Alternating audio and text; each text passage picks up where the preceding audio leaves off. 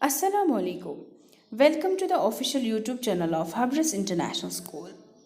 Class 4th आज हम उर्दू का एक और सबक पढ़ने जा रहे हैं जिसका उन्वान क्या है? अरूना आसिफ अली। कौन थी अरूना आसिफ अली? ये एक औरत थी, ये एक समाजी कारकुन थी। ठीक है, हिंदुस्तान में इसने इतने अच्छे काम किए हैं, समाज पॉलिटिकल पार्टीज़ में इतना अच्छा काम इसने किया है, इसको बहुत से एजाज़ात से नवाजा भी गया है। तहरीक आज़ादी में इसने बहुत अपना किरदार अदा किया है। पहले हम अरूना आसिफ की ज़िंदगी के बारे में थोड़ी सी रोशनी डालेंगे उस पर।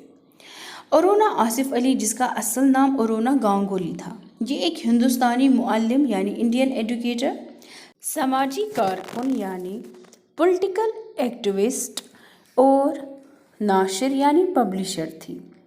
इसकी पैदाइश 16 जुलाई 1909 में हुई। कहाँ पे?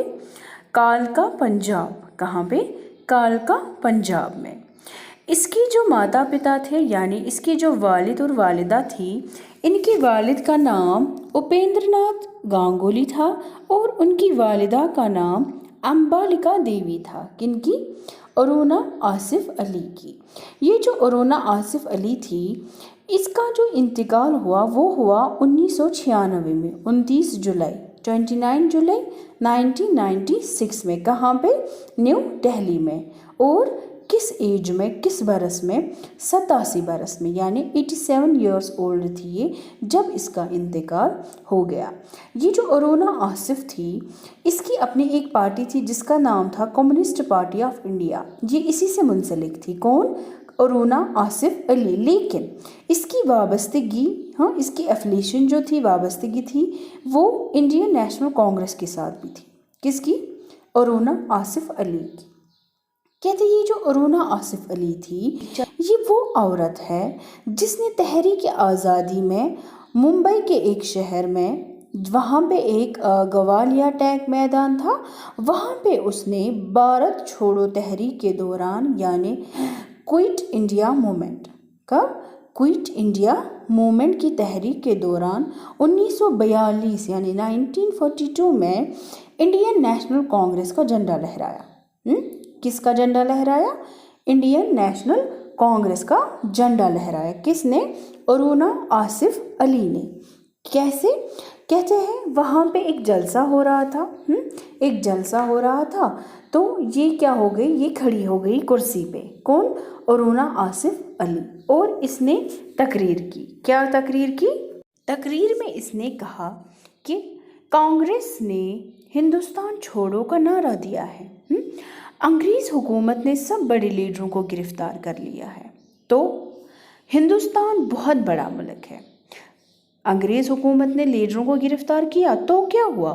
हिंदुस्तान बड़ा मुल्क है, यहाँ का हर बाशिंदा लीडर है, यहाँ का हर बाशिंदा, हर एक इंसान यहाँ का लीडर है, हर एक आदमी लीडर है।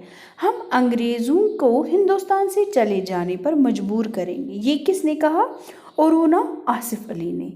और कहते हैं जब इसने ये तकरीर की तो पुलिस आई वहाँ पे। कौन सी? अंग्रेज़ हुकूमत जो थी, उनकी जो पुलिस थी वो आई इन्हें गिरफ्तार करने के लिए, क्योंकि उन्होंने पहले ही बहुत सारे लीडरों को, बहुत सारे बड़े बड़े लीडरों को गिरफ्तार कर लिया था। लेकिन कहते हैं ये साहिबा, ये जो अरूना आसिफ अली थी, ये कुर्सी से कूद कर भीड़ में गायब हो गई और पुलिस इन्हें गिरफ्तार नहीं कर पाई। किनको? अरूना आसिफ अली को। अब यहाँ पे ये जो अरूना आसिफ अली थी, ये कांग्रेस की बड़ी लीडर, तहरीक आज़ादी की बहादुर सिपाही थी। जबकि अरूना के माँ बाप बंगाली थे। उन दिनों 1909 में जब ये पैदा हुई, उन दिनों औरतों को कोई आज़ादी हासिल न थी। वो पर्दे में रहती थी, पढ़ने लिखने से महरूम रहती थी। लेकिन उन दिनों राजा राम मोहन राय, जो कि इस्लाह पसंद थे यानी रिफॉर्मिस्ट थे, उन्होंने बंगाल में एक जमात बनाई थी, एक पार्टी बनाई। और उस पार्टी का नाम उन्होंने क्या रखा? उस पार्टी का नाम उन्होंने ब्रह्मो समाज रखा। क्या रखा?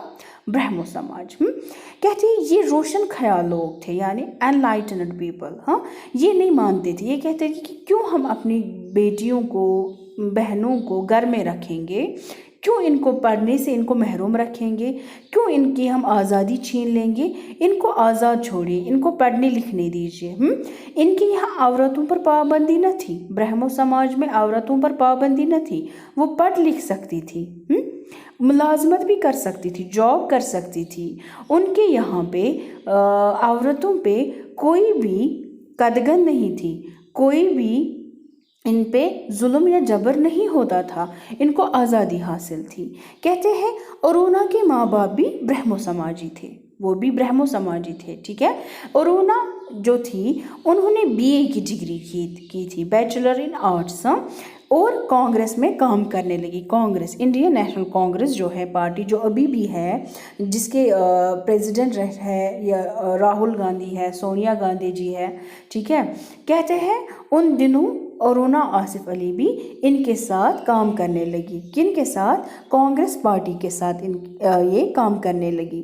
कहते हैं इलाहाबाद में इनकी मुलाकात कांग्रेस के ही एक बड़े लीडर थे, उनका नाम था आसिफ अली।